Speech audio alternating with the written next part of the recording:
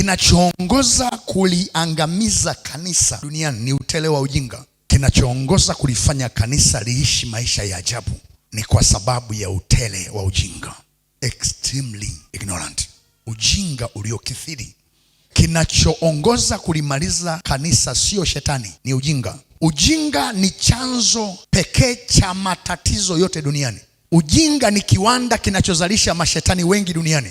Mashetani wa aina mbalimbali, wa rangi tofauti tofauti, wenye matokeo tofauti tofauti katika dunia hii. Hivi unafahamu kwamba shetani mwenyewe ni product ya ujinga, ambao alikuwa hamjui Mungu, alikuwa hamuelewi Mungu, kwa sababu kosa lake ilikuwa ni ujinga uliomfanya underestimate Mungu, amkadirie Mungu kwamba Mungu unaweza kafana naye katika power, katika nguvu, katika uwezo, katika mamlaka. Kwa nikifanya hivi lazima nitamshinda. Kwa sababu ya ujinga akatolewa kwenye system.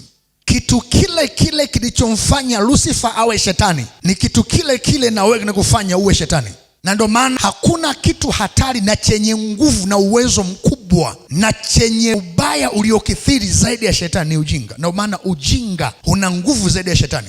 Ujinga una uwezo zaidi ya shetani, ni mbaya zaidi ya shetani na ulimwengu wake na ufalme wa giza wote. Mungu alichonituma ni kuleta maarifa kwenu, lakini lengo la maarifa ni kufuta ujinga, kutoa gizani, uelewe tabia ya kimahusiano ujinga na maarifa. Ndio maana ninajaribu kufafanua hatua kwa hatua ili uelewe. Na ninaposema hapa, ninachotafuta ndani yako itokee hasira, ukereke, ugadhibike, ile ghadhabu ambayo ni chanya, utoke, ujisikie vibaya kwamba sasa nataka nitafute maarifa. Ndio maana uelewe ujinga una nguvu zaidi ya shetani, kwa sababu shetani mwenyewe alitolewa kwenye reli kwa sababu ya ujinga. Wakristo wengi wanapenda kushibishwa au kulishwa hisia kuliko maarifa ambayo ni kweli ya Mungu.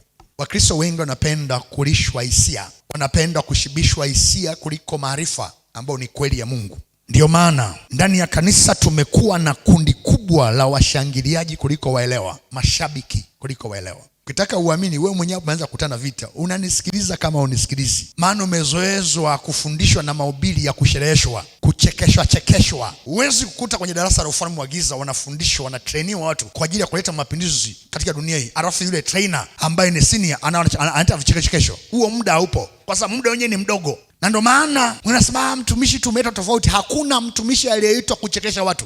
Na ndio maana hichi ndicho ambacho kanisa limekosa. Kanisa limekuwa kama mchezo wa mpira, nina mashabiki wengi, wanaocheza ni wachache. Kwa hiyo kanisa halitaki kuelewa. Na ndio maana hata kwenye sadaka, fuatilia, kanisa lina nguvu na mzigo wa kutoa sadaka kubwa kwa namna ya kwake anapotendewa muujiza wa kupewa kitu, lakini ni wachache kuwakuta wakatoa sadaka kubwa kwa kutendewa kupewa maarifa. Ni wachache sana. Na kwa nini? Kwa sababu hawajui nguvu ya maarifa. Maarifa yana nguvu, ni zaidi ya muujiza. Miracle it's a temporary event, knowledge it's a permanent event. Muujiza ni tukio la kitambo, ila maarifa ni tukio la umilele na linakupa majibu muda wote. Sisi wote ni mashahidi. Tuache tu mambo ya rohoni au na kueleza Biblia, turudi mambo ya maisha ya kawaida. Si unafahamu kuna watu duniani wameajiriwa, wanapewa mshahara mkubwa, na kuna watu duniani ambao ni maomba, hawana mbele wala nyuma, ni makuli, wanafanya kazi kubwa, hakuna matokeo. Tofauti yao, hao wote walipewa nafasi ya kusoma ni kukusanya maarifa kulingana na mifumo iliyowekwa. Mmoja alitilia manani dunia na Tanzania, na viongozi waliotangulia wakatambua uwepo na uwezo aliopata darasani kutumia vyeti, wakampa nafasi na kumpa mshahara mkubwa. Kuna wengine leo hawana mbele wala nyuma, hata ukienda ofisini watu hawakuheshimu. Kwani kwa sababu hapa kichwani hamna kwenye mifumo ya elimu. Haya ni maarifa tu ya kidunia, lakini cheki yanavyowapa heshima watu,